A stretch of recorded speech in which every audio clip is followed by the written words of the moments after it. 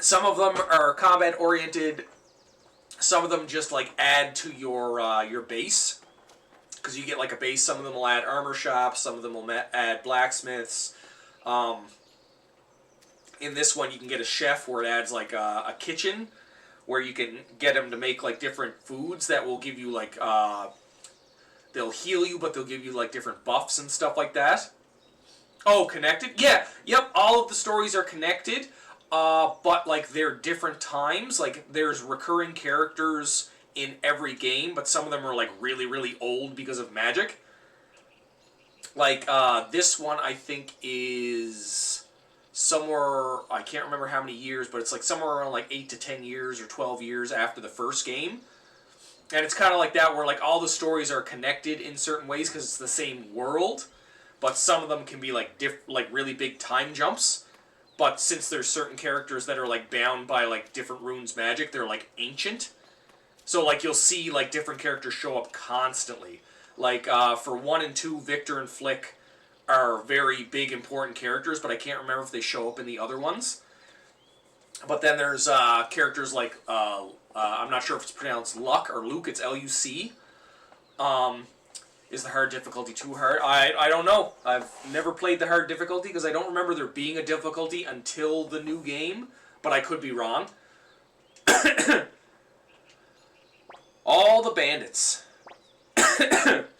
But like Luck is like very, very old. Then there's there's like the 12, I think it's the how many true runes are there? I think it's 21 true runes. And certain ones will cause characters to like not age, and they'll be like ancient. I think it's Windy.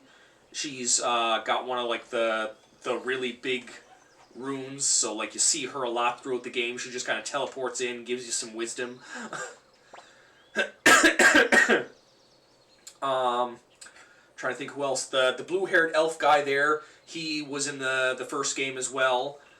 He gives you some world map perks too, so normally where you can like, when you're in towns like this, you can hold in the run button, and you'll run faster. If you have the blue guy in your party, you run on the world map as opposed to just like your casual like regular walk. He also makes it like they gave you a button to make battles speed up in the remasters. And if you have him in your or not in your party, but if you have him collected into your army, you can speed it up again. So the normal speed is 2 times speed. But if you have him in like your army, like you've collected him as a character, you can speed it up 4 times. So like if you're trying to like grind levels or like just for money and stuff, the second you like select all your commands, you can just hit it twice and it'll speed up like crazy fast. Oh no, Frieda's freaking out. There's multiple mini games. There's a fishing mini game. There's a couple different gambling mini games. There's like dice. There's a card flipping one. There is like a cup game where like they have 3 cups. They put the coin under one, spin it around. There's a little rope mini game where you can get some really decent items, and some of those items you need to actually like collect other characters. I'm going this way. There's a bookshelf. Talking to every character is actually fairly important because some of them will give you different recipes or items. It all depends. Like, if you're not prepared enough, the standard difficulty can, like, really kick you in the teeth. For the most part, like, the battles are all right, but, like, they can get ramped up at any time. Yeah, see, like, there's a book. I forget what the books do, but you get a library character. Yeah, so Draven, leader of the Liberation Army. I had named both main characters from each of the games the same thing, just because, well, that's the name I go by. But that stuff is from the character in the first game. So if I didn't load my save file from the last one, that would probably say something completely different, or whatever standard name they gave the main character from the first one. But yeah, if you're not trained high enough, or if you forget to put like proper equipment on your characters, like even regular enemies will kick the ever-loving shit out of you. Copper hammer, that's probably for the blacksmith.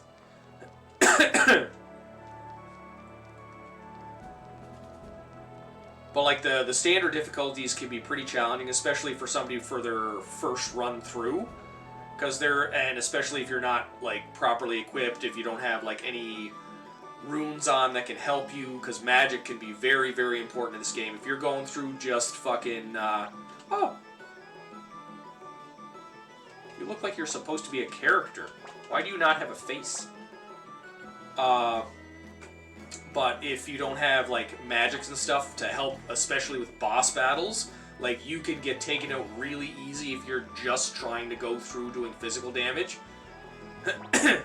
Like, even if you've got, like, max weapons, magic is still gonna do so much more damage. So there's, like, very, very many things that can make it, like, even the standard or easy difficulties, like, a challenge. And then it all depends on your, I don't really think, like, at least in my opinion, because I've never had a problem with it, the makeup of your team doesn't really matter, except for, like, some of the side runes, like, some of them you can't take off. Like, obviously, his Bright Shield rune is story-specific. The Angry Dragon rune does not come off that character. The High Speed rune is stuck to Stallion, so there's some of them that don't come off. The first game, you can only have one rune on a character, so, like, for the main character, it will have a blank slot at the start, so you can equip one to him. But the second you get far enough in the story where the main character gets, like, one of the true runes, then it automatically gets taken off, and you only have the one rune. This one, they get 3 slots. Oh, my main character can put a third one on. And, actually, we'll go back into the rune slots. So, then they have the 3 slots, so you can put 3 runes per person, as long as they're high enough level. Okay, it's 27 true runes, not 21.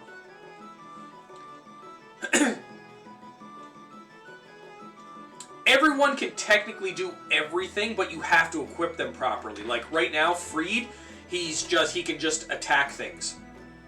And tanky characters depends on their equipment. So certain characters can only equip certain armors, so certain armors are obviously going to be better. Certain people have better magic stats, so it all depends on their stats as well. Because each character is, like, completely different from the next. Some are better with magic, some are better with physical damage, some of them are better with, they have better magic attack and magic defense stats, so you want them equipped with really good runes. So you can definitely, like, specialize in specific things, but, like, everybody can equip runes, but people are better with them. I usually definitely set up people for healing, like, his main rune, like the Bright Shield rune, that one does 70% healing for all allies. That one's a damage one that hits everybody, but then that one's also healing for everybody. Which I find it funny that they give the main character a healing one, because in the first game it's he gets a damage based one, but then I put this one on him as well, because it does resurrection stuff. But that one also does is really effective against undead enemies. So it does 30 damage to one enemy, but really effective on undead. That will resurrect somebody, because there's no real resurrection item. So if a character goes down in battle, they're just kind of down until after the battle's over. That one does 400 damage to all enemies, better on undead. That one will also, again, heal all my allies. So I've got him mainly as, like, kind of like, I guess, a healing resurrection. Then I don't have anything on her yet, but that one does 2 times physical damage, so you'll get, like, a lot of physical damage out of it. But there's a status effect called Angry.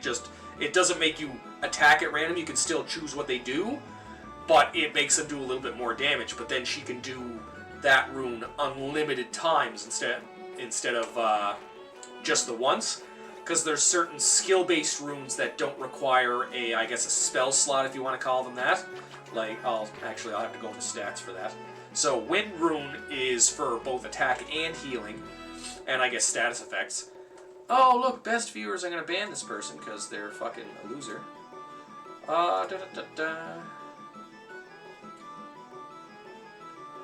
Okay, back to this. But yeah, so Healing Wind, that will 100% heal one person, and then that one does 400 damage to all enemies.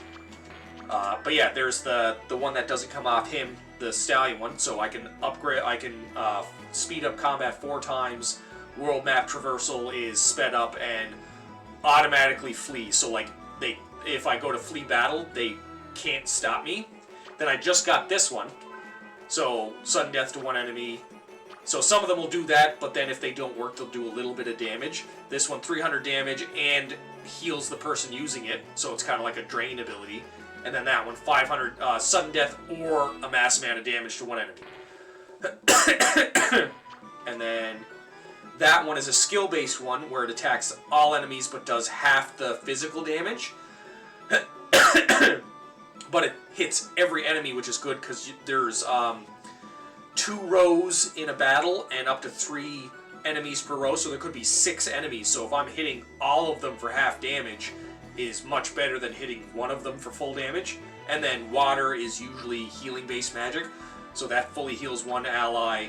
That will repel some magics.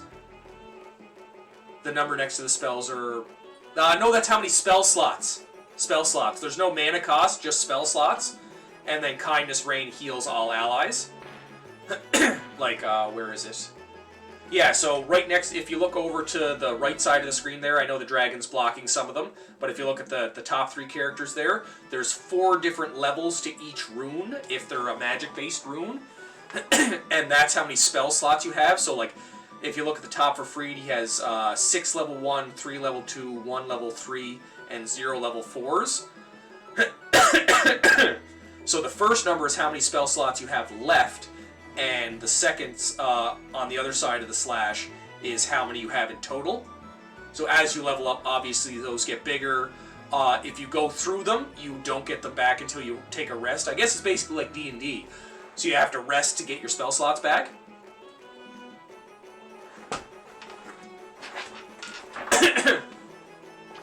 So now I need to go find... I think I was in here. No, I wasn't in here yet. But there's... same thing, there's characters all over the... Oh, wow. So Cleo, if you notice this character, and I just fucking noticed it, this is one of the main companions you can get from the very first game. No wonder the other person that I seen in the other building looks really familiar, because they're from the first game, and they were a party member. So, like, they do stuff like that, like, oh, Pawn. So he's another character from the first game that was a main character. Apologize for the coughing. But yeah, so, like, they do stuff a lot like that in Suikoden, where they'll show you, they'll make sure the other characters show up as kind of like an homage to the rest of the games, if they don't make them playable characters. So let's go upstairs now. And this should be a locked drawer. So that guy was in... Oh, this is fucking the main character's old house. What the fuck am I doing? Jesus Christ. That's why they're here. So the main character from the first game, this is his old house. I don't know why it didn't hit me right away. And then was I in each of these? Yes. So yeah, that's the main character's old house from the first game. That's why I was very confused and it looked very familiar. This is the town you start off in. So let's see what kind of runes you have. Flowing Orb, higher level version. So right there, this is the kind of thing I want. So there's your base level magics like your lightning, your fire, and stuff like that. But then you'll find ones like this where it's Flowing Rune. And it says it's the higher level version of water magic. Water magic is healing, which means the Flowing Rune is going to be a much better version of healing magic. Yeah, so there's your fire, and it gives you like a brief description of the kind of what the orbs do. So fire magic, obviously it does fire, so if you're facing a fire enemy, it's going to heal them as opposed to hurt them. But it's good against groups because it does a lot of group attacks. Lightning Orb, you heard me. Orb is strong against individuals. Titan Orb does more damage for two-handed swords. Unicorn does damage to one column, but your defense drops to 0, and it's only for people with spears. So, like, there's Some of the skill-based orbs have pluses and minuses, where that one it does like damage to like one column. So like where there's the two columns, or no, those are rows. Sorry, columns. So back and forth, it'll hit up to 2 enemies, but then your defense drops, so you can take massive amounts of damage. Yeah, so damage to 1 row for an axe. So you hit all 3 people in 1 row, but then you lose your balance. So I think it's 2 or 3 turns you can't attack for, but you can just defend. Let's attach this fucking flowing rune. Stallion. No, I can put another one on him. No, I'm giving that to fucking Freed. You're gonna get that fucking flowing orb. I need to find some more fucking damage-based really good ones, though. Crystal ball on the top of the sideboard. This game really rewards fucking exploring.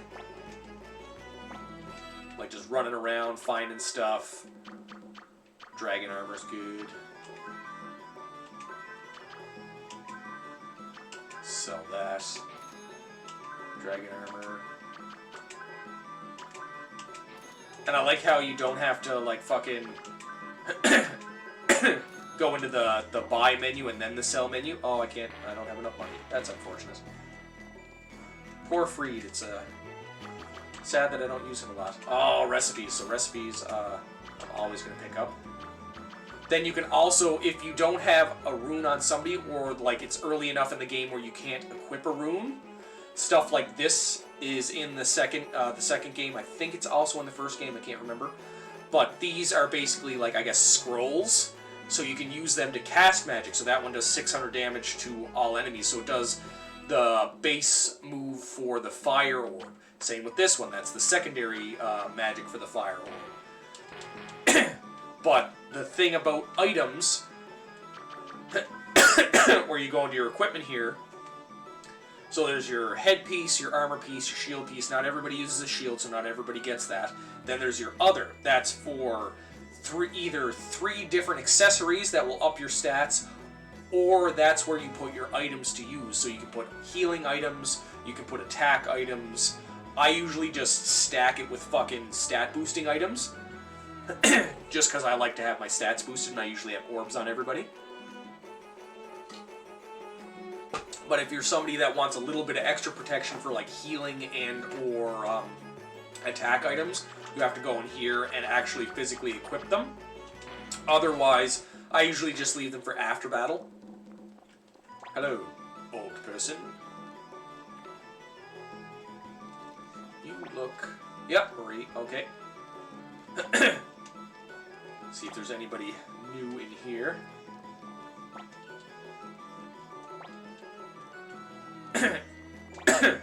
And you also have to watch what you buy, because you only have a limited bag inventory, which is why you have a storage spot back at your main base.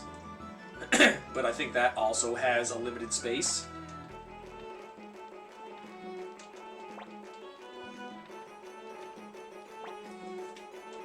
Is there something on my face? We're talking. Yes, yes, yes. Here, take this. Cyclone Orb. I think that's upgraded wind magic. Meaning I'm going to go attach that to something.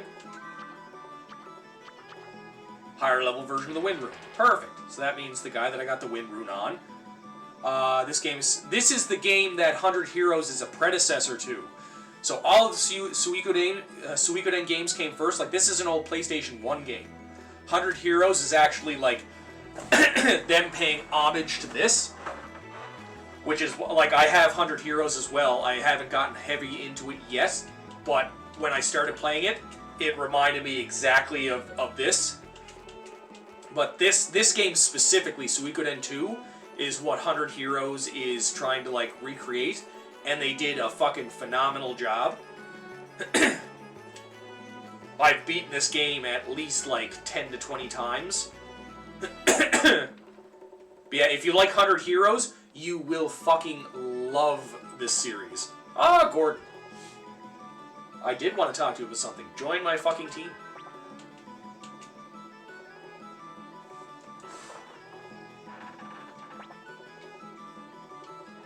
Exactly. And 100 Heroes does the same thing where you can get a mass amount of people. If I remember correctly, every Suikoden game you can get at least 108 characters. So I don't know about 100 Heroes yet, but I'm guessing you can get 100, which would make fucking sense. If you can make 50,000 pots through trades alone, I'll gladly join you. Okay, so I'll do that later, because that's going to take a little while.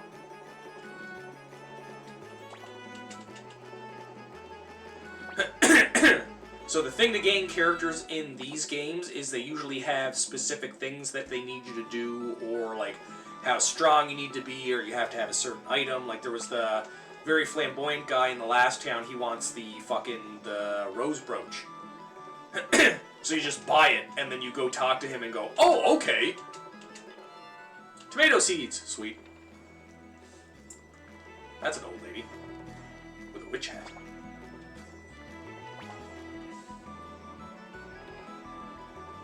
Upstairs has been abandoned. Can I push? Can I push? I want to get up there. That's not fair. Talk to this old fella.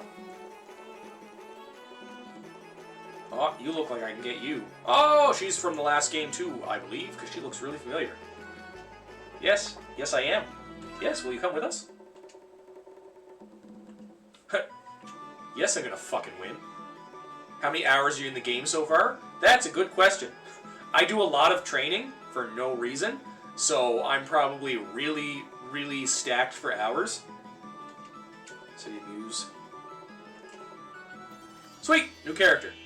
So she's probably one of the ones where I have to have like a certain level or a certain strength in certain stats. I don't know if I want you to join her. Please? Lightning Amulet, Circlet, Drain Rune. Okay. Can I just get rid of Freed, please? Oh no, he's got the Flowing Rune now. Fuck, can't get rid of him. I'm keeping her. He's getting that rune. I'm keeping him. Kite in the Water Rune. Do I want to get rid of Ellie? Do I want to get rid of Ellie? Fucking I like the look of this character better. She's like, I see. Oh, well then. Oh no, she's medium. She can stay in the back. And I can't remember if 100 Heroes does it as well, but when you look at the people where they have the S, M, and L attached to them... maybe. I tend to over-level myself in games. Oh, she's got like a fucking halberd. But yeah, so S, M, and L is short, medium, and long range. Short-range characters can only attack... I'm actually in the middle of explaining that. So S means they can only attack from the front row. L means they can only attack from the back row, I think. We're about to find out, because I'm going to move this person. No. So they're long-range characters. And medium means they can attack from the front and the back row, but I think long-range characters will do more damage from the back. But anyone with an S can only do a physical attack from up front if they're in the back. Their main attack will not work, so you can only use like runes and items. So let's see, what level are you? Oh, she's up there, so I don't even have to fucking level her up. Sweet! I like her character design, though. Entwined with roses. I wonder how the fuck I get in there. I probably need a specific character to get in there. But yeah, so S, M, and L is just short, medium, and long range. Pretty simplistic, but like it makes sense. I don't know if there's characters like that in 100 Heroes, because I haven't played enough of it yet.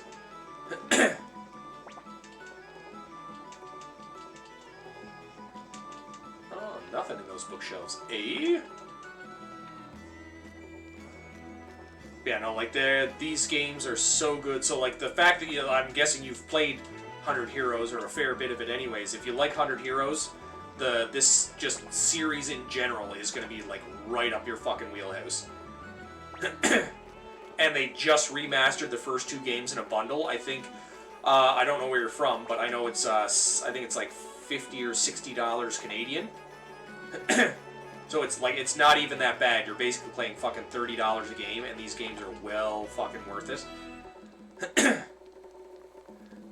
The other games, I think 3 to 6 though. Okay, no, that's his old house. 3 to 6, I believe, they're all PlayStation 2 games.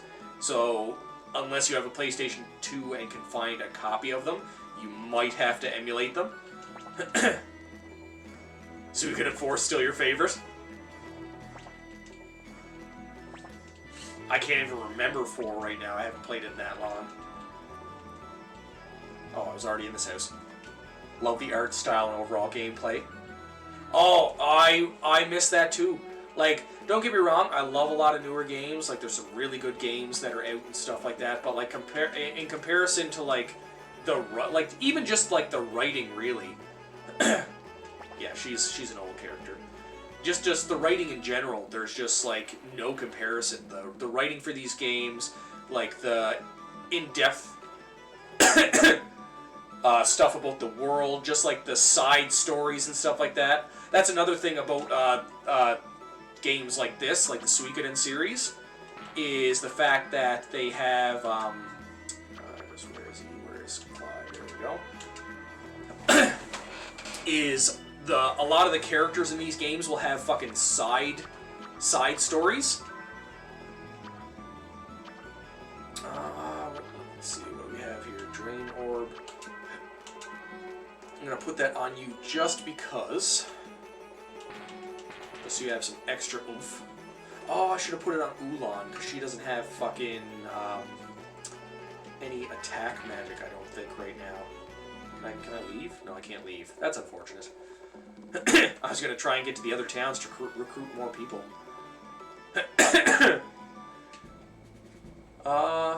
They base the story off of very old Chinese...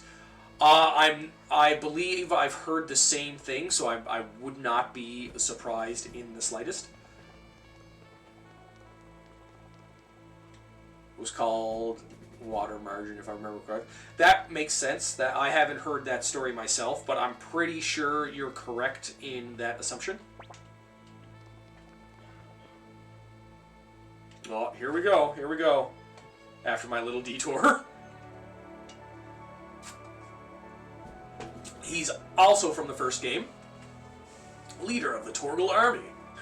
I used to work with a guy with that exact same name. What a coincidence. I want to forge an alliance with you. I'm pretty sure the guy on the right in the yellow is also from the first game.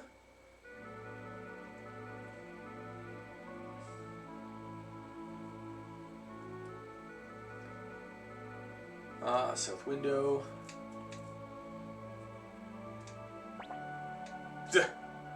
Why are we a foe? And like some of the character designs in this series are fucking crazy. Like wait till you see what like fucking Luca Blight looks like. He's the main villain of the second game, but his character design is so cool. I'll do anything for the people of South Window. I would like to hear your reasons. To put an end to this war. You are much like him. There's a young man who's more fitting for the role. Yeah, now they're talking about the guy from the first game. Tesla. Yep, that's why he doesn't have a face, because you can't recruit him because he's from the first game. No, this is the Suikoden series. Around the same time, though.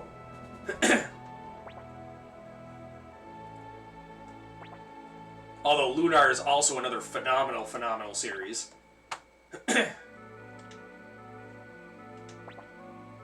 So summon them both.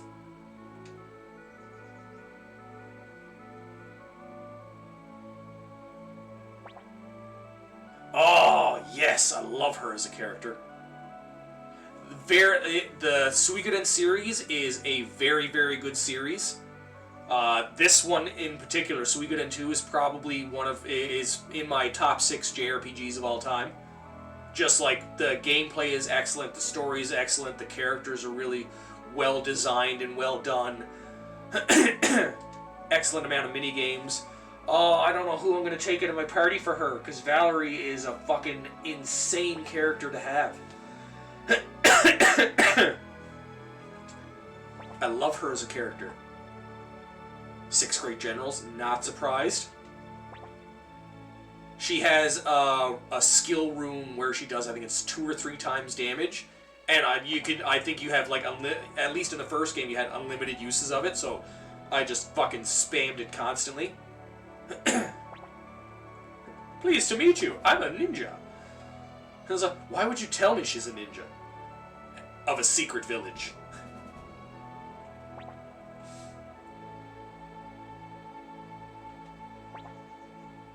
Oh, fuck. Of course her. I understand, sir.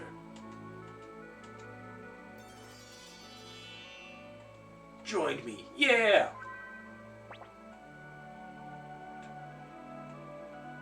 What am I accepting? What are you giving me? Oh, now I can fucking finally teleport. So, one of my favorite things about this game, too, is the fact that there's a world map, for one. But then there's a character that has a teleporting magic ability, and then you get this blinking mirror. So, the 2 of them combined, she can teleport you to any town that you've already been to, and then the blinking mirror returns you back to your fucking base. So, if you want to run around, find all the secret places, because some places you don't have to go to, so you can walk all over the place, find these places, get your training in, get your experience, get your money and stuff like that. But then when you're trying to like collect your different characters, you can use the lady to teleport you to the town where the character is, do the things you need to get them, and then fucking return back to the castle without having to like run everywhere.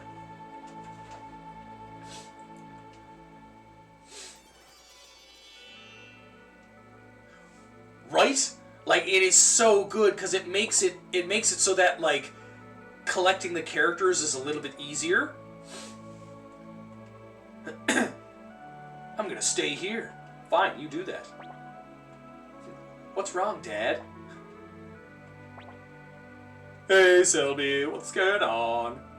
Take my idiot son with you. I guess so.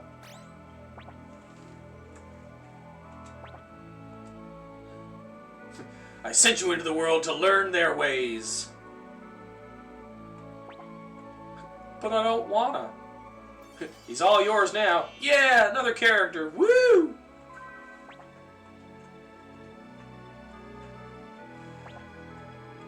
That means you too. Damn it. Part of your group. Aww. Aww. Who do I wish I could get rid of fucking Freed. I want you. Oh, fucking fuck. Stallion. Fuck. Convoy. Shit. Yep, Suikoden Remaster. If I could get rid of Freed.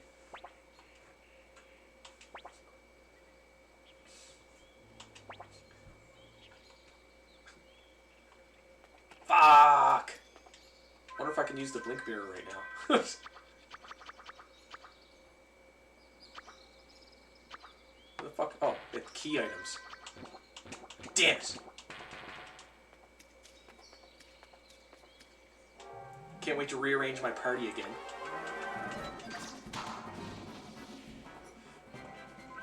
But yeah, that's that speed up battle thing that I was talking about.